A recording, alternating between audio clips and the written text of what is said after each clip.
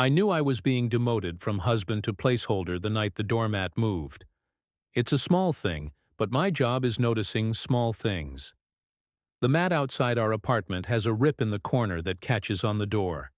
You have to kick it just so. That night it was perfectly square. Whoever left last knew the mat, and it wasn't me. 2 minutes later, Kaylee walked in, flushed from what she called a late ride at her spin studio. She kissed the air near my cheek. The orange blossom smell on her scarf wasn't our detergent. It was expensive, the kind meant for small rooms. I'm Dan. I'm a city inspector. My job is a checklist, a flashlight, and a decision. I don't love to fail things. I love to be sure. And I started to need to be sure. A few things just didn't add up. Those late Tuesday rides ending near midnight. A charge on our joint bank account at a hotel bar, the Haddon Room, time-stamped 11:30 p.m. on a Tuesday. A rideshare receipt she forgot to delete. Pick up near her studio, drop off right outside that same hotel. This wasn't snooping. This was just arithmetic. Then her phone started sleeping face down. Our dog, Spoke, started doing new tricks for treats I didn't recognize. On Saturday mornings, she'd be tapping away comments to some guy called Brent Moves. The profile picture showed a man with a suspiciously perfect smile and the kind of arms you rent from genetics. Owen Brent, her spin director. The kind of guy who convinces people pain is a personality trait. I kept my voice even. I didn't touch her phone. Instead, I bought a folder from the drugstore. It had cartoon stars on it, the only one they had left. Inside, I started collecting facts. Copies of bank statements. A photo of a white hotel key card that slid out of her coat pocket. A printout of the Haddon Room menu with a little star next to Orange Blossom Gin. I wrote down dates and times.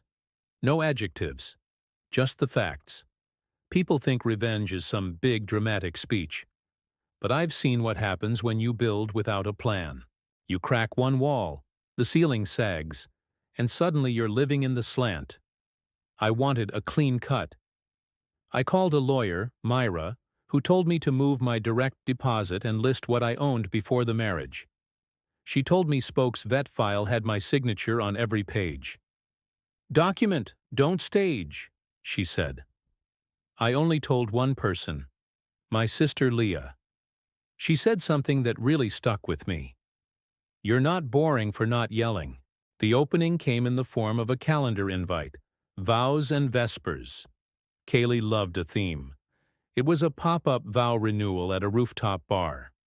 "Just close friends," she said, her voice a little too high. A reset. The date? Next Tuesday. The Haddon Room receipts were always on Tuesdays. The bar was just 3 floors above it. "Okay," I said. "I'll bring something." I brought my folder. That day at work, I failed a building for a handrail that was off by a 1/4 inch. The contractor looked at me like he wanted me dead, but also knew I was right. "Standards," I told him. "They keep people from falling." That evening, I wore the same suit from our wedding. I knew she'd notice. The elevator to the rooftop was mirrored, and I watched my face stay calm. "We're not doing drama," I told myself. "We're doing facts." The rooftop was full of our friends, mostly hers, all ready to be moved by a performance of love.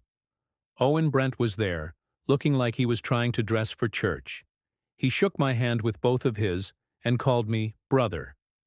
Kaylee looked stunning. She took my arm, all smiles, breathing, "Thank you for saying yes." Her friend Jules gave a little intro about how love isn't a straight line. Then she offered me the mic. I didn't take it. I didn't need to be louder than I already felt. "I'm going to be quick," I said, my voice steady. "I'm Dan. I like checklists. I like rails at the right height. I like doors that click shut." A few people chuckled nervously. Kaylee's smile wavered. "I brought a punch list," I said, pulling out the folder with the cartoon stars. "I'm not here to humiliate anyone. I'm here to say true things, all in a row. I slid out the first page. On January 9th, a Tuesday, there was a $94 charge at the Haddon Room at 11:33 p.m. On January 16th, Tuesday again, same bar, similar times. On the 23rd, again. February was consistent. Patterns are honest. The room went silent.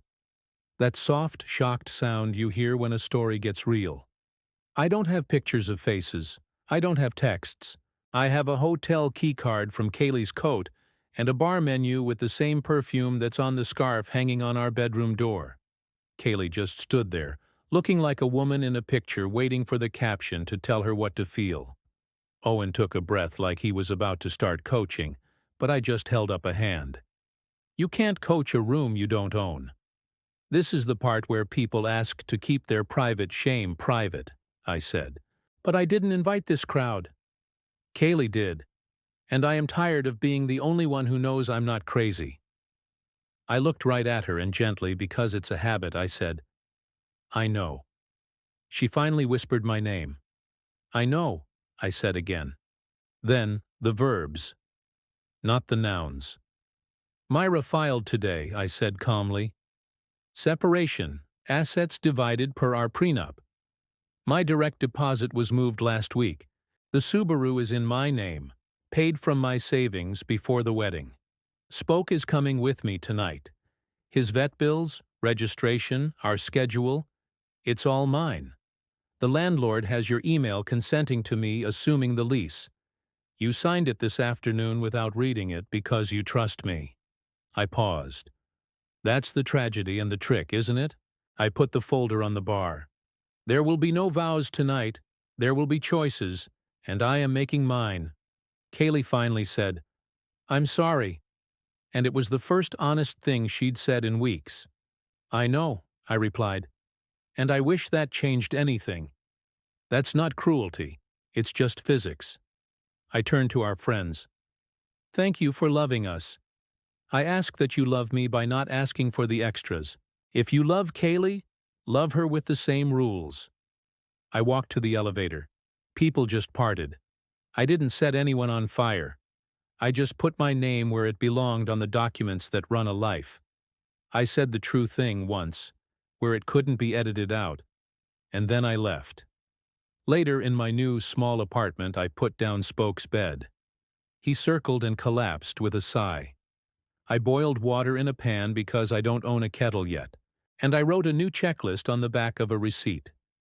Kettle, plates, curtain rod, peace. I checked one box. The others can wait. Thank you for listening to my story. If it resonated with you, I'd appreciate it if you'd like this video and subscribe for more content. Take care of yourselves.